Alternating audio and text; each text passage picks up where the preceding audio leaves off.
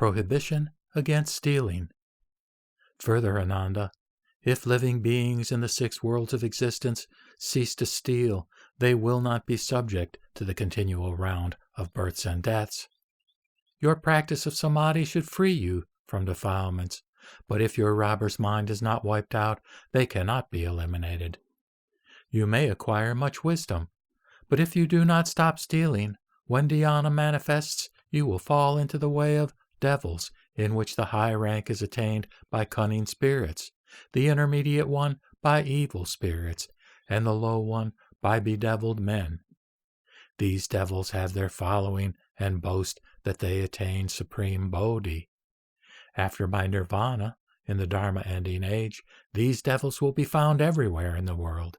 They will hide in their perfidy, pose as men of good counsel, and declare that they have won the superior Dharma to deceive the ignorant, who will thus lose their minds. Wherever they pass, they will cause untold miseries to their believers. This is why I teach the bhikshus to beg for food, so that they can overcome cupidity and realize bodhi. They do not cook themselves, and pass their remaining years as transitory travelers in the 3 realms of existence to prove their last transmigration without incarnating again. How can thieves who wear the Sangha robe act as Tathagata mongers and commit karmic deeds, claim that they all preach the Buddha Dharma? They are not true leavers of home, and are not ordained Hinayana bhikshus. They deceive an incalculable number of living beings, causing them to fall into the realm of unintermittent hells. After my nirvana, if there is a bhikkhu who, in token of his determination to practice samadhi, lights in front of an image of the Tathagata a torch planted in his body, or burns a bone of his finger, or an incense stick inserted in his flesh, I say he will thus repay all his karmic debts since the time without beginning, will leave the worldly way forever, and will escape from the stream of transmigration. For, although he has not yet attained supreme bodhi, his mind is already set decisively on the Dharma. However, without these small sacrifices, even if he realizes something, he will be reborn as a human being and will have to repay his former debts, as I did when I had to eat the grain fed to horses. Then you should teach worldly men who practice samadhi not to steal. This is called the Buddha's profound teaching of the 3rd decisive deed. Ananda, if stealing is not stopped, the practice of dhyana samadhi is like pouring water into a vessel which will never hold it, in spite of the passing of eons, countless as dust. If this bhikshu does not keep garments in excess of what he needs, gives to others all food in excess of his requirements, joins his 2 palms to salute the community, and regards as praise abuse and blows, that is, if he is ready to give away his own flesh, bones, and blood, and if he does not pose as an expert interpreter of the expedient incomplete doctrine, and does not teach it to beginners in order not to mislead them, the Buddha will seal his realization of samadhi. This teaching of mine is that of the Buddha, whereas any other is that of evil demons. Prohibition against lying. Ananda, if living beings in the 6 worlds of existence, after cleansing their bodies and minds from killing, stealing, and carnality, continue to lie, they will fail to realize samadhi and will become demons filled with pride and prejudice.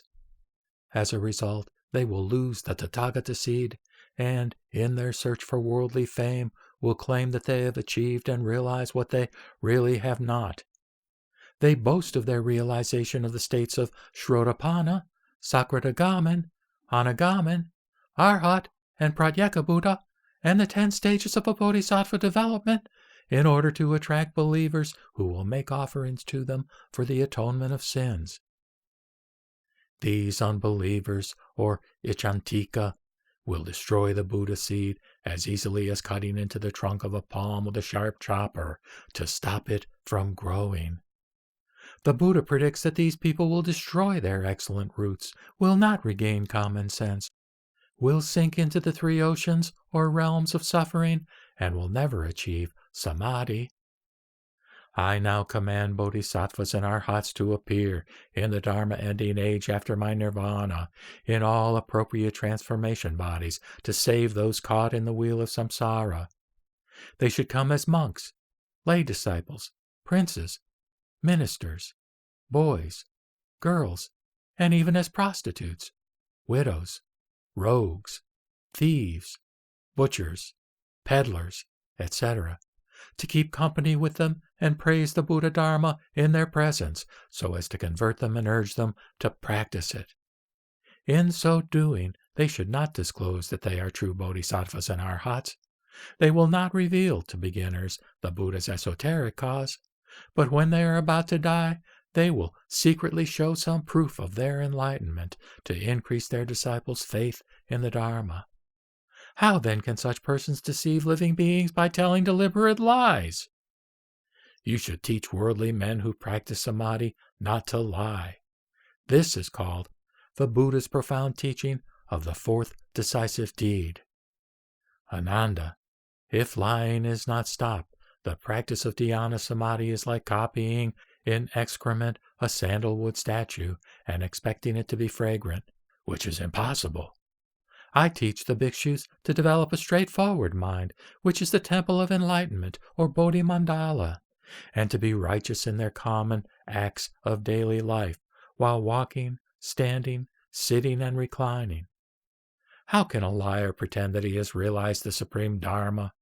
This is like a poor man proclaiming himself a king. He will only invite trouble and misfortune. Still less can he usurp the throne of the king of the law.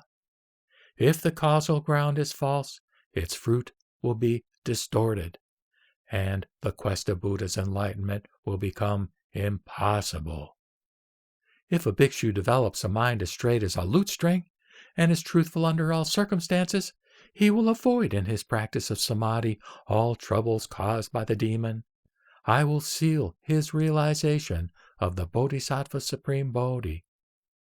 This teaching of mine is that of the Buddha, whereas any other one is that of evil demons.